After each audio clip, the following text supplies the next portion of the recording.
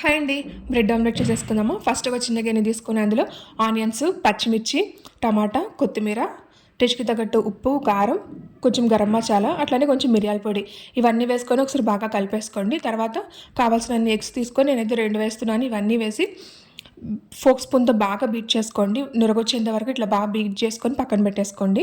ఇప్పుడు ఒక దోశ ప్యాన్ తీసుకొని దానిపైన కొంచెం బటర్ అప్లై చేసి బటర్ పైన అంతా స్ప్రెడ్ చేయండి. తర్వాత దీనిపైన బ్రెడ్ స్లైస్ని పెట్టుకొని 2 వైపులా మంచి కలర్ వచ్చేలాగా టోస్ట్ చేసుకోండి. ఇప్పుడు ఇట్లా కలర్ వచ్చిన తర్వాత పక్కన పెట్టేసుకోండి.